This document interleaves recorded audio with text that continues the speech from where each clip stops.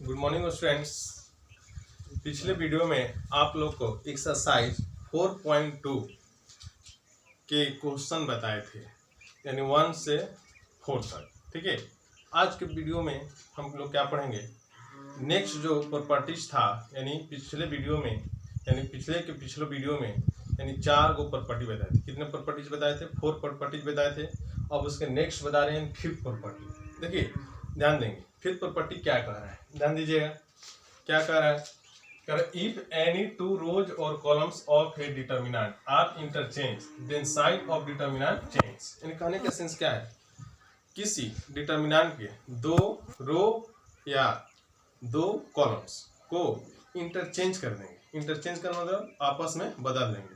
तो डिटर्मिनेंट का वैल्यू में चेंजिंग नहीं होता है, बस चेंजिंग किस में होता है? उसके साइन में। यानी कहने का सेंस है डिटर्मिनेंट का वैल्यू 2 है, इंटरचेंज करने से पहले कितना है? 2 है। जब इंटरचेंज करके वैल्यू निकालेंगे उसका वैल्यू कितना हो जाएगा? -2। या ऐसे सपोज करते हैं इंटरचेंज करने से पहले डिटर्मिनेंट का वैल्यू -5 है, इंटरचेंज करने के बाद डिटर्मिनेंट का वैल्यू 5 हो जाएगा। ये कहने का सेंस है। आइए देखते हैं, एक एग्जांपल लेते हैं। यहाँ पर भी टेक एन एग्जांपल। यहाँ पर देखिए 1 2 1 0 1 5 7 2 1। देखिए तो ये क्या है? डिटर्मिनेंट है। डिटर्मिनेंट है 1 2 1 0 1 5 7 2 1। ये क्या है? डिटर्मिनेंट है। पहले इसका वैल्यू निकालते हैं। क्या फाइंड करते हैं? इसका वैल्यू। देखिए यानी इसके वैल्यू फाइंड करें, एक्सपेंड R1 को एक्सपेंड करते हैं। 1 बार first row first column 1 2 5 1। After this -2 को बाहर करते हैं, -2 इसमें फर्स्ट रो सेकेंड कॉलम 0 7 5 1 +1। ये देखिए इसमें first row third column 0 7 1 2। Now 1 cross multiply करेंगे, 1 × 1 1 -2 × 5 10। क्लियर? -2 0 × 1 0 -7 × 5 35। क्लियर हो गया? फिर +1 0 × 2 0 -7 × 1 -7। तो सॉल्व करेंगे, इसका वैल्यू -9 हो जाएगा, इसका वैल्यू 70 हो जाएगा और इसका वैल्यू -7। तो देखिए तो 70 यहाँ पर 9 -7 यानी -16 = 54। यानी कितना आ गया? इसका वैल्यू क्या आ गया? 54। अब देखो क्या करें, इंटरचेंज कर रहे हैं। क्या इंटरचेंज करें? यानी R1 इंटरचेंज बाई R2।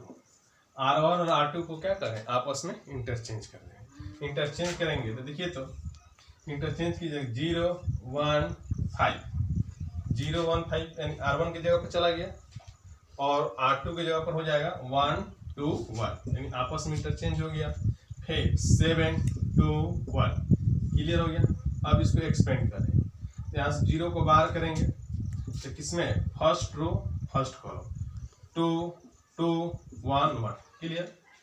फिर माइनस, यहाँ से 1 को बाहर करेंगे, किसमें? First row second column 1 7 1 1। फिर प्लस, यहाँ से 5 को बाहर करेंगे, किसमें? First row third column 1 7 2 2। Clear? देखिए तो इसके पहले 0, ये पूरा 0 हो जाएगा। -1 1 × 1 1 होगा, -7 × 1 तो 7 हो जाएगा, प्लस 5 × 1 × 2 2 -7 × 2 14 हो जाएगा।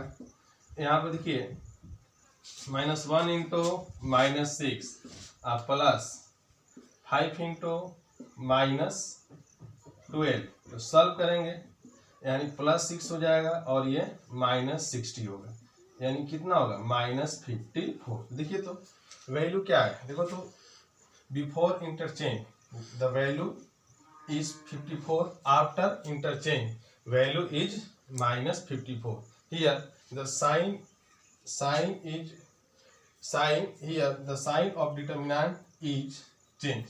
तो साइन इसका क्या है? 50, सॉरी इसका प्लस साइन है और इसका क्या है? माइनस है। वैल्यू तो सेम है 54 54, अंतर क्या है? प्लस है और यहाँ पर माइनस। यही ना प्रॉपर्टी में लिखवा है। नेक्स्ट एक और एग्जांपल देखते हैं। देखिए एक और एग्जांपल देके समझा रहे हैं।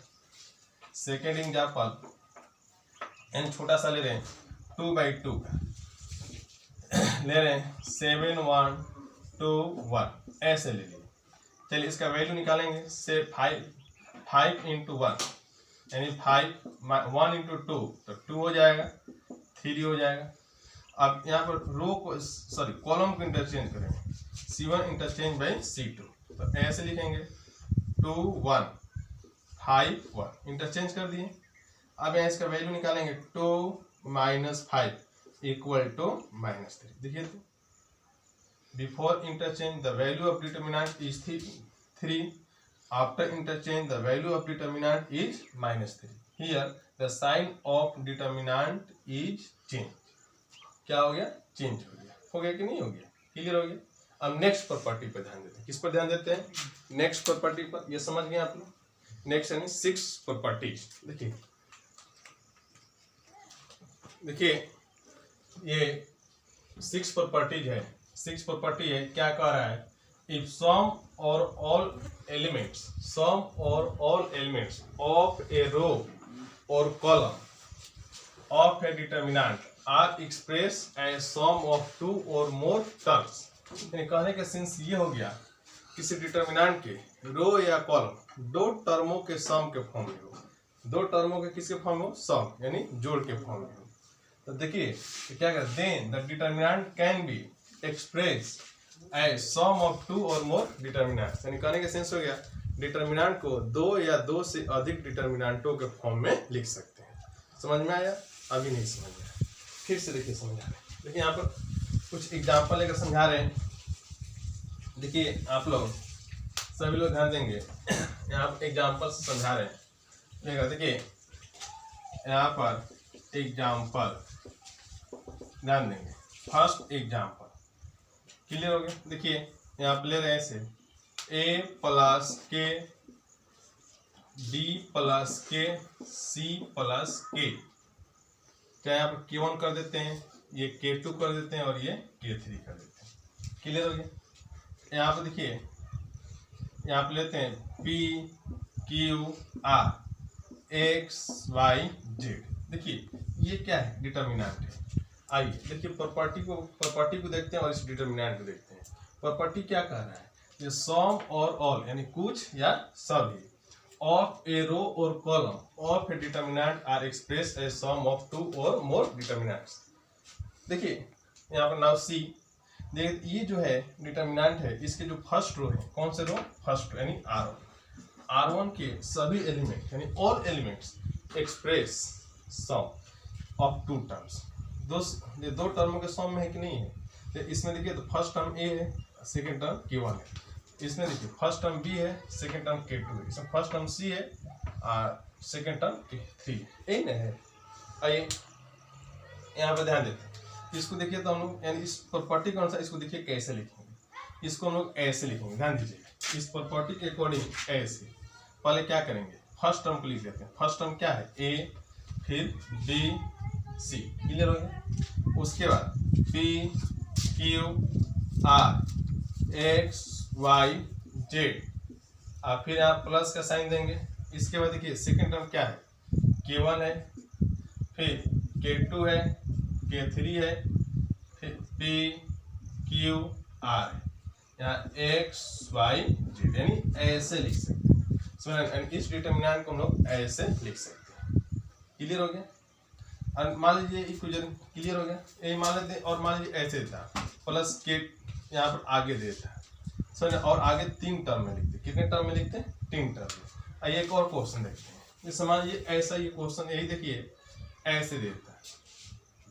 देखिए ऐसे देता है के आप प्लस सिर्फ ऐसे के यहाँ पर 1 ऐसे देता है, चाहे यहाँ पर लेमडा लेते हैं, ले लें ऐसे यानी ए यहाँ पर दूसरा लेते हैं। जैसे मान लीजिए यहाँ पर सिर्फ यहाँ पर 2 ले लेते हैं, x + 2 ऐसे ले लीजिए। देखते हैं यहाँ पर C1 किसको देखेंगे C1 में जो C1 का जो टर्म है क्या है, जो C1 के जो एलिमेंट है दो टर्मों के यानी दो टर्म्स के सम है कि नहीं है। C1 में क्या है देखिए A प्लस के, इसमें तो नहीं है, यहाँ पर क्या करेंगे प्लस देकर ऐसे 0 लिखेंगे। क्या लिखेंगे +0 ऐसे लिख सकते हैं। तो इसको लिखना होगा हम कैसे लिखेंगे, ऐसे लिखिए, ध्यान दीजिए। पहले APX क्या लिखेंगे APX, आफ्टर दिस BQY यानी BQY CRZ यानी थर्ड टर्म को लिख लेंगे, सॉरी थर्ड कॉलम को, फिर प्लस देंगे। क्या देंगे प्लस। इसके बाद क्या है ये तो K02 लिखेंगे, फिर BQY CRZ। क्लियर हो गया, ऐसे लिखेंगे। कभी क्वेश्चन में ऐसा आता है जैसे मान यहाँ प्लस है ना, यहाँ पर माइनस आ जाएगा, क्या आ जाएगा माइनस, क्या आ जाएगा माइनस। तो देखिए कभी क्वेश्चन में यहाँ प्लस, इसमें प्लस है तो इसको लिख दिया, आप सपोज करते हैं यहाँ पर क्या आ गया माइनस, क्या आ गया माइनस। तो इसको कैसे लिखेंगे, जेम कहते हैं लिखेंगे, बस देखेंगे इसमें कौन माइनस में, इसमें माइनस में कौन है की, तो बस यहाँ पर माइनस के देंगे, प्लस रहेगा बस क्या कर देंगे माइनस के दे देंगे। क्लियर हो गया। मान लीजिए प्लस में है और ये किस में है माइनस में, बस यहाँ पर क्या करेंगे -2 दे देंगे, क्या दे देंगे -2, बीच में प्लस कहीं की रहेगा, बस क्या लिख देंगे -2। क्लियर हो गया ना। ये अब आइए देखिए इस पर एक क्वेश्चन देते हैं समझा रहे, यानी इस प्रॉपर्टी का कहाँ यूज होगा, कैसे यूज करेंगे। यदि क्वेश्चन में लिखिएगा without expanding find the value, क्या लिखिएगा without expanding find the value, बिना एक्सपेंड किए हुए वैल्यू निकालना। आइए देखते हैं क्वेश्चन दे रहे हैं। देखिए ये 6 प्रॉपर्टी पर क्वेश्चन दिए, क्वेश्चन क्या कह रहा है without expanding find the value, यानी बिना एक्सपेंड किए हुए इसका वैल्यू फाइंड करना है। जब विदाउट एक्सपेंडिंग कहता है तो बस हम लोग पास एक ही ऑप्शन होता है प्रॉपर्टीज का यूज करना। किसका यूज करना, प्रॉपर्टीज का यूज करना। आइए ध्यान देते हैं कैसे समझेंगे आप लोग। देखिए तो कैसे इसको देखिए यहाँ से सॉल्व कर रहे हैं, देखिए यहाँ से सॉल्व करें, ये दिया हुआ है a + 2x x, क्लियर हो गया, b + 2y y, c + 2z ये नहीं z। तो देखिए तो इसमें यहाँ पर R2 पर ध्यान देंगे, किस पर ध्यान देंगे R2, जो R2 है इसके सभी एलिमेंट क्या है दो टर्मों का सम है, यानी यहाँ पर a + 2x b + 2y c + 2z ऐसे है ना। तो इसको हम लिख सकते हैं ऐसे एन इक्वल देकर, क्या लिखेंगे यहाँ पर a x लिखेंगे, यहाँ पर b y c z, आप प्लस देकर यहाँ पर क्या लिखेंगे a 2x x ऐसे लिखेंगे ना, फिर b 2y y लिखेंगे, c 2z z ऐसे लिख सकते हैं।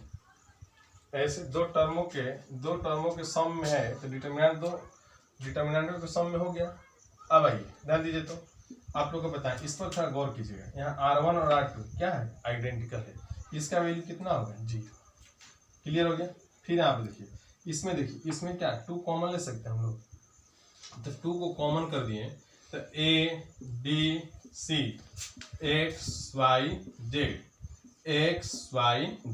आफ्टर दिस, फिर यहाँ पर 0 + 2 इंटू, देखिए तो R2 और R3 क्या है आइडेंटिकल है, R2 और R3 क्या है, यहाँ पर R2 और R3 आइडेंटिकल है, इसका वैल्यू क्या होगा 0, 2 इंटू 0, तो सॉल्व करेंगे तो 0 + 0 = 0, यानी इसका वैल्यू कितना आ गया, इस डिटर्मिनेंट का वैल्यू कितना आएगा 0, इस प्रॉपर्टी का यूज करके। क्लियर हो गया। यानी इस प्रॉपर्टी का ऐसा क्वेश्चन देगा तो हम लोग यूज करेंगे। क्लियर।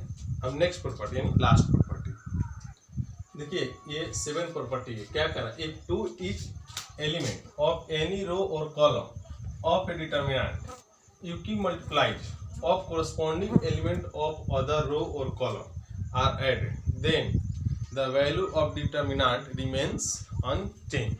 यानी कहने का सेंस क्या है, डिटर्मिनेंट के किसी रो या कॉलम में अदर रो या कॉलम को किसी सेम यानी इफ की मतलब समान संख्या से मल्टीप्लाई करके ऐड करते हैं, इसके वैल्यू में कोई चेंजिंग नहीं आता। मान लीजिए ऐसे समझिए, R1 में R2 को ऐड करें, R2 को क्या करें ऐड करें, 2 से मल्टीप्लाई करके 3 से मल्टीप्लाई करके 4 से, सेम संख्या से, उसके वैल्यू में कोई चेंजिंग नहीं होता है। देखिए कैसे नहीं चेंजिंग होता है, यहाँ पर देखिए आप लोग समझा रहे हैं एग्जाम्पल, यहाँ पर एग्जाम्पल लेकर समझा रहे हैं। देखिए जैसे यहाँ पर देखिए, यहाँ पर क्या है, यहाँ पर लेते हैं ABCD PQR XYZ, this is a determinant, ये एक डिटर्मिनेंट है, ठीक है। अब देखिए अकॉर्डिंग टू दिस प्रॉपर्टी, इस प्रॉपर्टी के अनुसार चलते हैं। क्या कर रहे हैं यहाँ पर, देखिए यहाँ पर हम R1 में, किसमें R1 में ऐड करें किसको R2 को, तो किससे मल्टीप्लाई करके K से मल्टीप्लाई करके, K से मल्टीप्लाई कर रहे हैं। तो देखिए यहाँ पर यानी R1 में ऐड करेंगे A और K का गुणा करेंगे KP, फिर आप B KQ C plus KR, ऐसा हो जाएगा। फिर PQR XYZ, क्लियर हो गया। देखिए ये क्या है, ये बिफोर प्रॉपर्टी अप्लाई करने के पहले का, ये प्रॉपर्टी अप्लाई करने के बाद, क्लियर हो गया। अब देखिए यानी इस डिटर्मिनेंट का जो वैल्यू होगा इस डिटर्मिनेंट के बराबर होगा, यानी ये डिटर्मिनेंट और ये डिटर्मिनेंट दोनों क्या है same, according to property number 7। किसके अनुसार, प्रॉपर्टी नंबर 7 के अनुसार। ये कैसे तो देखिए, तो इसको हम लोग ऐसे लिख सकते हैं, यानी इसको लिखना होगा R1 में 2 टर्म है, R1 में कितने टर्म, 2 टर्म, इसको हम लोग ऐसे लिख सकते हैं APX, फिर आप BQY फिर CRZ, आप प्लस देंगे, उसके बाद KPX, इसके बाद KQY, फिर KRZ, ऐसे लिख दिए ना, 2 टर्म में लिख दिए। अब आइए देखिए ध्यान देते हैं, ABCPQR XYZ, क्लियर हो गया। अब इसके बाद यहाँ से K कॉमन लेते हैं, यदि K कॉमन करेंगे तो क्या मिलेगा, PQR XYZ। अब यहाँ पर ध्यान दीजिएगा, इस डिटरमिनेंट में देखिए तो R1 and R2 are identical, both are identical है। We know that any two rows or columns of a determinant are identical, then the value of determinant is 0। सुने ना, इसकी वैल्यू कितना हो जाएगी, 0 हो जाएगी। नेक्स्ट देखिए यहाँ पर ऐसे इक्वल टू यहाँ पर लिखेंगे ABCPQR XYZ, तो देखिए तो इसका तो वैल्यू 0 होगा, K इंटू 0 ऐसे लिख सकते हैं। तो मल्टीप्लाई करेंगे तो क्या होगा 0, फिर ऐड करेंगे तो जी, मैंने यही ना जिम करते हुए मिलेगा। देखिए यानी ये लेके चले इसमें ये प्रोसेस किए, इन वैल्यू जिम करते हैं, ये डिटर्मिनेंट मिल गया। यही ये प्रॉपर्टी कह रहा है, समझ गए। देखिए यानी थ्योरी खत्म हो गया, एक्सरसाइज 4.2 का थ्योरी खत्म हो गया। अब आप लोग क्वेश्चन बनाइएगा एक्सरसाइज 4.2 का। नेक्स्ट वीडियो में हम क्वेश्चन बनाएंगे, सोल्यूशन करवाएंगे 4.2 का।